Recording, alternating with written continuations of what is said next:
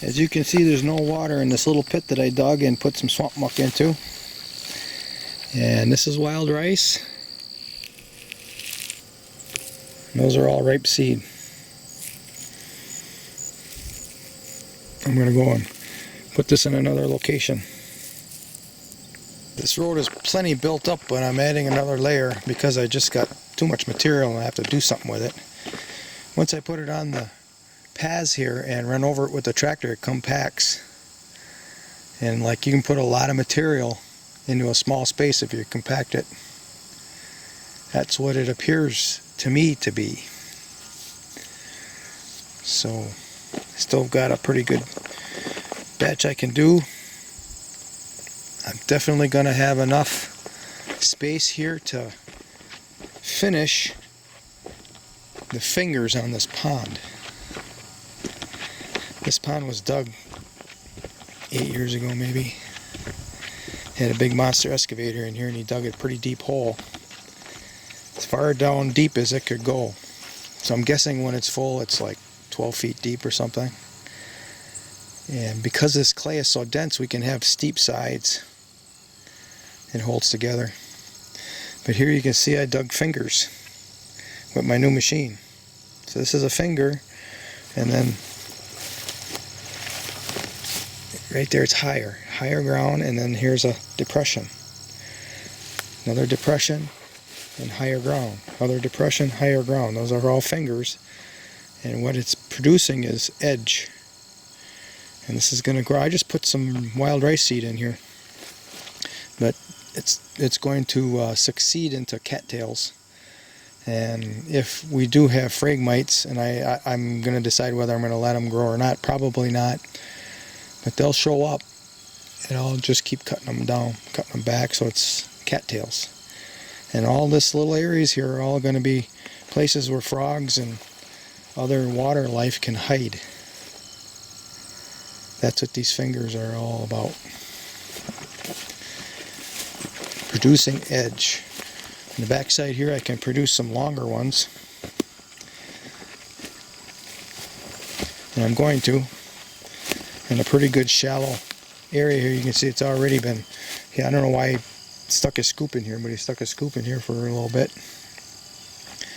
But I can connect a finger to it so that this all holds water. And the more water that the shallow areas hold, the more water there is for the main pond for that water to drain into as things begin to dry up. See, frogs are all over. But on that drive, I still need to remove 10-12 feet of this clay here, and then I'm going to produce fingers in here too along this pond edge. So the entire pond edge up until the access road, I want it all to have fingers. And I want it all to be growing with cattails around it and wapato. So in addition to the fingers here, I'm going to actually build out a ledge. So I'll probably have 3 or 4 feet of ledge at this is a low water mark here, and I'm going to have that ledge at that low water mark so that it serves like this here, that ledge, place for cattails. The only thing I didn't plant in here yet is lilies, pond lilies. Yeah, well, somewhere down the line. But I'm hoping I get this clay all cleared out of here today. And tomorrow is another day. This is my first 3-dayer up here since last year, since last hunting season. And I'm definitely going to want to get into here and get these fingers done. Maybe get them all done.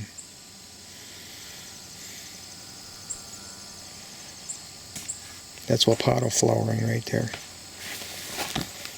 There's some on the other side that's actually producing seed right now.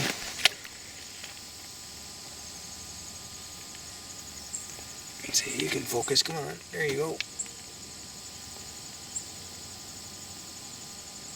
I talk to my camera. It's like I'm talking to you and you're not here. Same thing. I planted wild rice in this cage setup, and it's pretty much a failure. There was one growing in there that I thought went to seed, but I don't see even a remnant of a stalk, nothing. So I'm pulling this cage out of here, using it for something else. Place it around this honey locust and put the hardwood cloth up higher so that the deer can't get their snoots through there. And it's got a pretty good angle to this slope here. I can't get it to get down in there very well, so I got a stick here supporting it and a couple of trees here that I kind of laced into it. I broke the top of this one, and that should hold it in place. Okay, I bought some chestnuts and some chestnut leaf oak from Coldstream Farm, and I don't even know what this is. I know it's been here for a while and the deer keep eating on it. You see, they ate on it again this summer, and then the plant sprouted some new leaves. Well, here it is. The first week of September is already over. So I kind of knocked down some of the weeds here. We can get some sun on it. I might go ahead and get my chainsaw in here and knock down some of these poplars. Allow some sun to get in here, at least until the frost. I think it's going to take off next year because this has been getting ate on from the deer for 4, 5, 6 years. Look at it. This needs to be brought up here, otherwise the deer will stick a snoot in there. Stick some little points out here.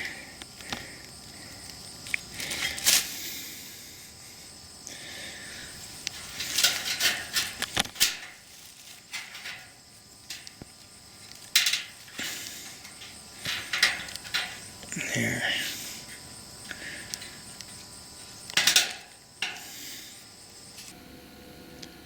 Second morning in a row. That means I stayed overnight twice. First time I've done that since deer hunting season. I have a different interest other than deer hunting right now, and it's that compost heat and the machine in the back. So I'm probably going to do this the entire month of September, I think. Maybe I'll get a wild hare and go fishing instead of one of those trips. I haven't gone fishing up here at all this summer. Normally that's my focus.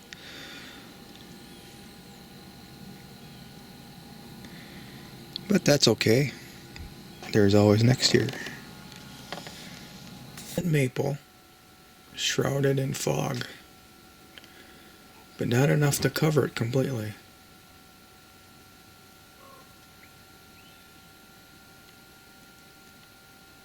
The bulbs of the spring onion bulbils, here the stalks are spent, but the bulbs are sending out new shoots. Those are harvestable, but I got plenty of onions, I don't need to.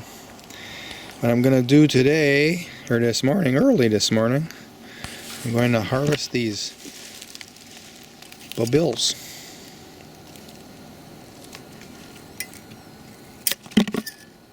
These onion bulbils came from bulbs that are very old. They were growing on my property where I live for a lot of years, and then they came from my grandmother. And I don't know how long she had them, but she could have planted new bulbils to make new bulbs. But these are the oldest ones. And then these are new ones. These are a group of onions that I grew from bulbils up here. So they came from these old bulbs. And I'm going to harvest them separately. They're a little smaller. They're not as mature. Mature meaning, a decade old. They probably do have the capacity to make large bulbils. I don't know. But the bulbs weren't as large, so maybe not. In the meantime, I'm going to go back into the cabin and get some coffee, and I'm going to spread these out on the floor and turn the fan on them to get the morning condensation off. There they are, being dried out. There's the fan. This open box of ash helps keep the humidity down in the cabin. That's why it's there.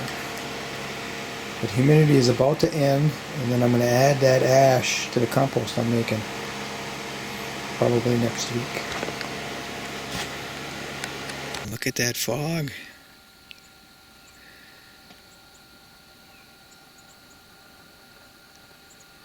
I like that look where the tree is just slightly shrouded by the fog.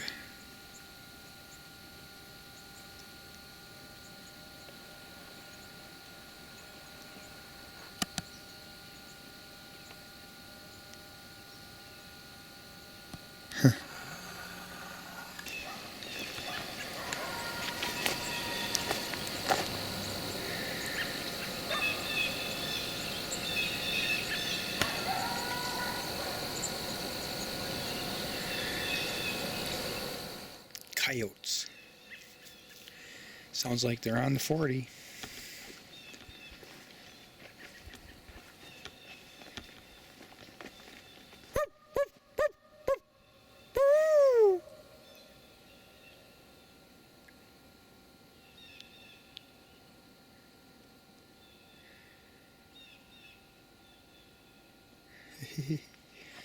Although they didn't answer, I'm sure they heard that.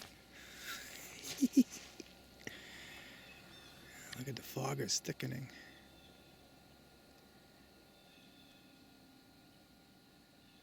Spring onion bulbil blossoms that could have seeds in them.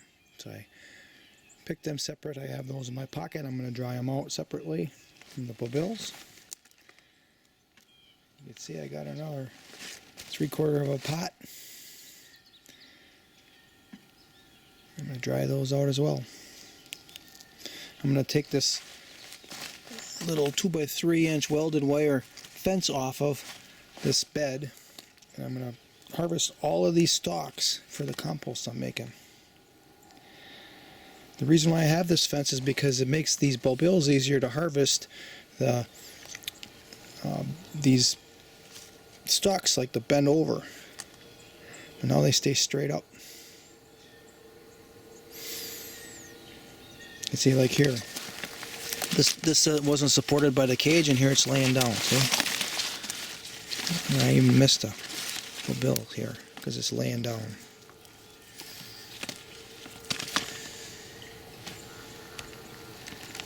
Here are a couple of garlics that lived with the onions and produced some bulbils.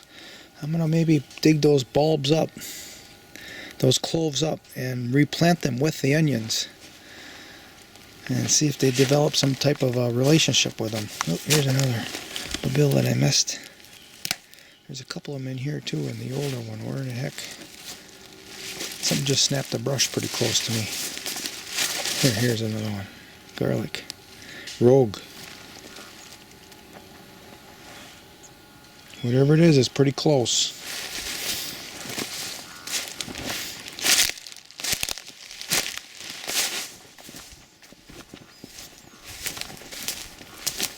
Something big is breaking branches back in here.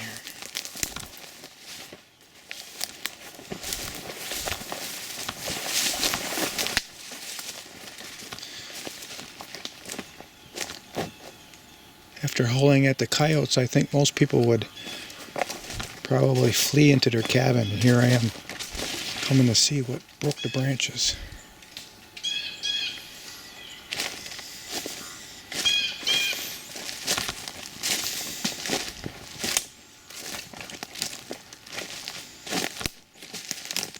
Maybe it was just a squirrel.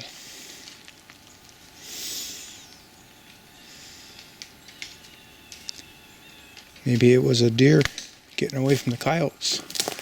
The deer sensed that. Coyotes don't like coming around cabins. So they like hanging around cabins.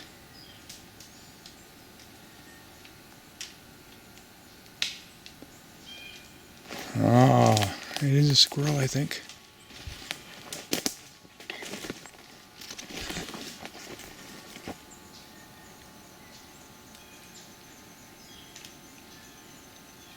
See that?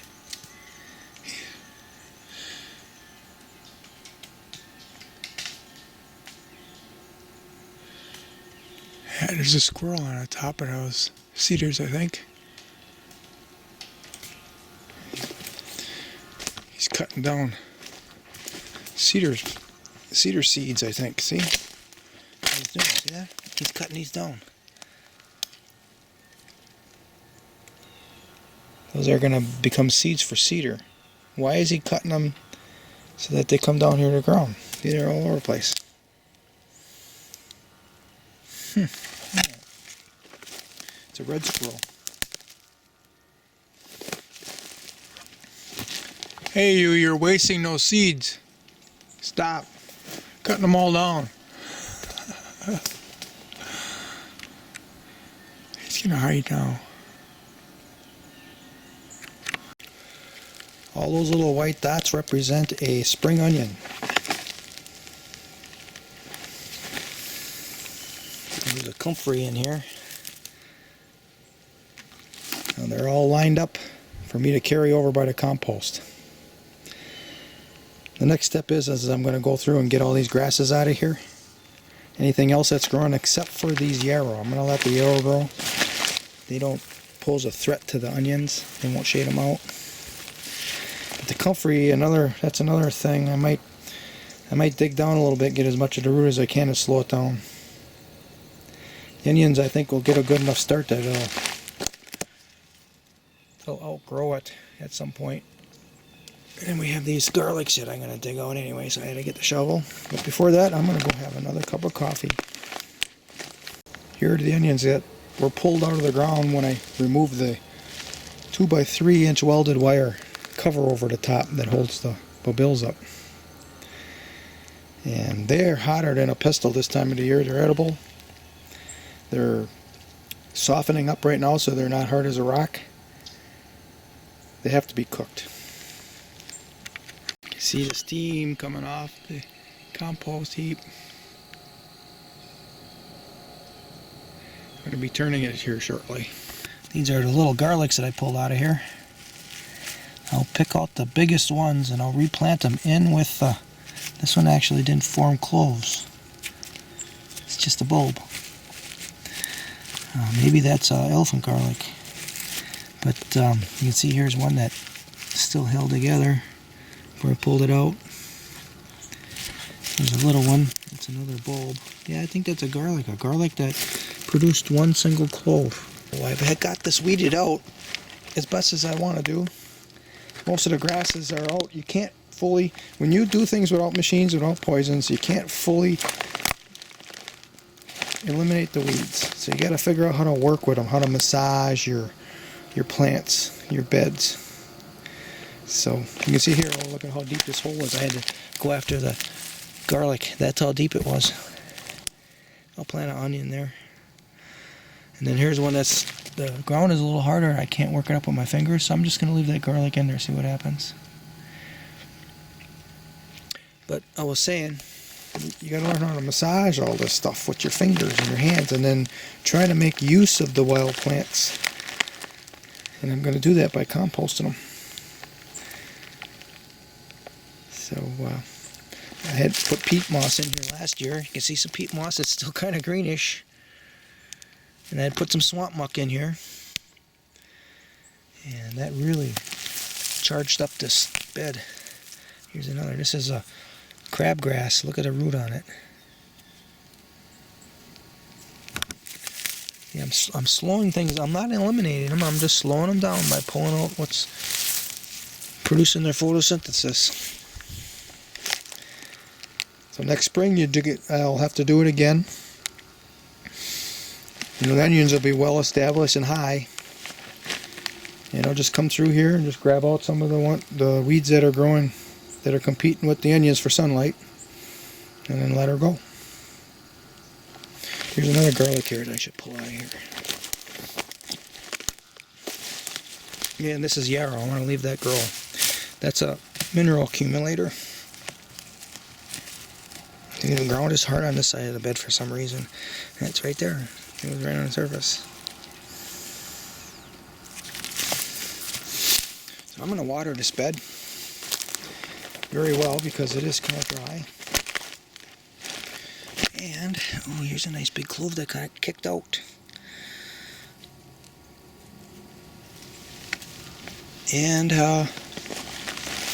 After everything dies back from heavy frost, then I'll cover this with straw.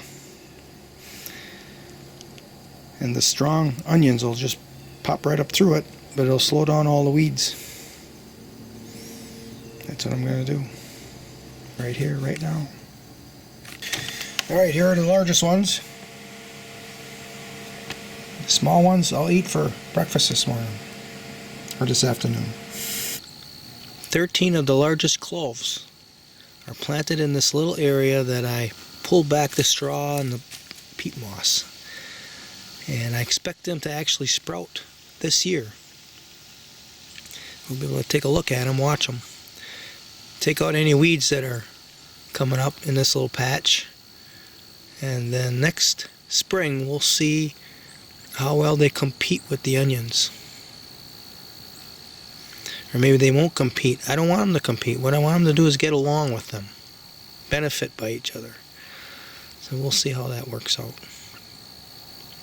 I will heap up some compost right here too so they have plenty of energy. And this little one here, I can just pull that out of there. No, it doesn't want to come. So we'll leave it. Then another one right there. No. Oh yeah, I also threw some bulbils in here. A few bulbils. Garlic bulbils. And watered it.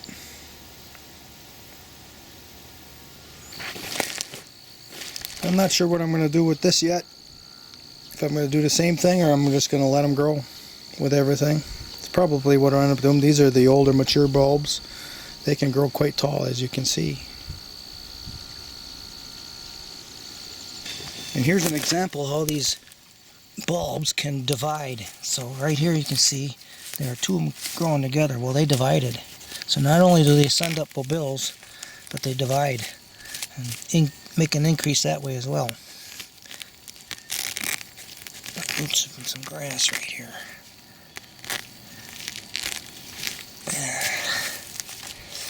Okay. Here's another one that's dividing. You see a little. Well, maybe not. They don't all. Oh, here's one. They don't all divide all the time, but some of them do divide. So, like right there. That's a really good example.